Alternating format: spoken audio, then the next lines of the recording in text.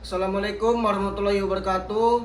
Di sini kami akan membahas diskusi kelompok tentang praktik perancangan kontrak yang beranggotakan saya Fadil Roholis dengan NPM 241201104. Dan saya Muhammad Firman Satrio dengan NPM 241201197. Yang pertama yaitu ada apa yang dimaksud dengan kontrak, perancangan kontrak, dan apa hakikat fungsi dari kontrak. Kontrak yaitu perjanjian antara dua pihak atau lebih yang menimbulkan hak dan kewajiban serta mengikat secara hukum. Menurut pasal 1313 menyebutkan bahwa suatu perjanjian dengan satu orang atau lebih itu telah mengikatkan dirinya terhadap orang lain. Yang ada di dalam kontrak yaitu adanya dua pihak, adanya kesepakatan, adanya prestasi, sesuatu yang harus dilakukan atau diberikan, dan adanya mengikat secara hukum. Perancangan kontrak yaitu proses menyusun dan merumuskan serta menuliskan isi kontrak supaya jelas, lengkap, dan melindungi kepentingan para pihak. Seperti menentukan identitas para pihak, menentukan objek perjanjian, mengatur hak dan kewajiban, serta mengatur sanksi jika terjadi wan prestasi.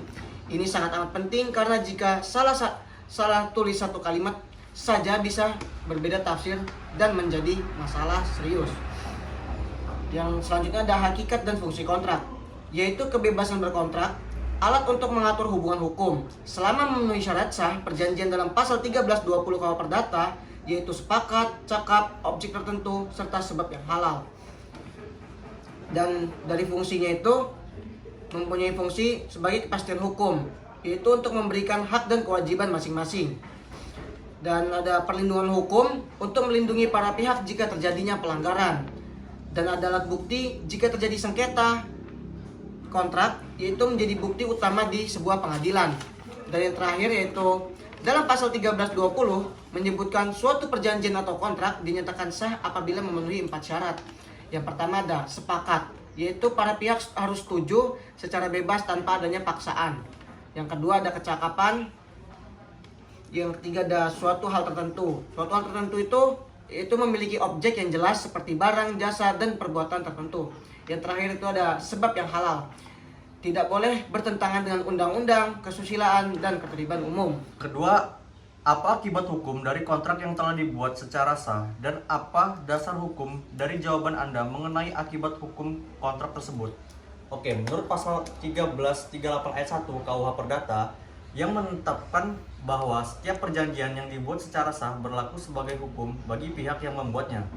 Suatu perjanjian yang dibuat secara sah mempunyai konsekuensi hukum yang mengikat para pihak. Hal ini berarti bahwa para pihak tidak dapat secara sepihak menolak perjanjian tersebut dan wajib melaksanakan ketentuan-ketentuannya. Suatu perjanjian yang sah juga menetapkan hubungan hukum antara para pihak, di mana satu pihak memiliki wewenang untuk menuntut pelaksanaan dan pihak lain wajib melaksanakan pelaksanaan sesuai dengan ketentuan-ketentuan perjanjian.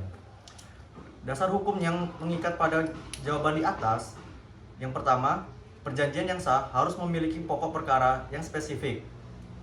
Sebab yang sah dan kesepakatan para pihak sesuai pasal 1320 KUH Perdata. Yang kedua, pasal 1338 ayat 1 KUH Perdata yang menyatakan bahwa semua perjanjian yang mengikat secara hukum mengikat para sepihaknya. Dan yang ketiga, jelaskan 4 asas pokok dalam hukum kontrak dan berikan dasar hukum sebagai sumber hukum atas asas-asas tersebut. Yang pertama, ada asas kebebasan berkontrak, freedom of contract, adalah memberikan hak kepada para pihak untuk secara bebas menentukan apakah mereka akan membuat perjanjian atau tidak, dengan siapa perjanjian dibuat, isi dan bentuk perjanjian serta syarat-syarat yang disepakati. Yang kedua, ada asas pacta sunt servanda, asas kepastian umum.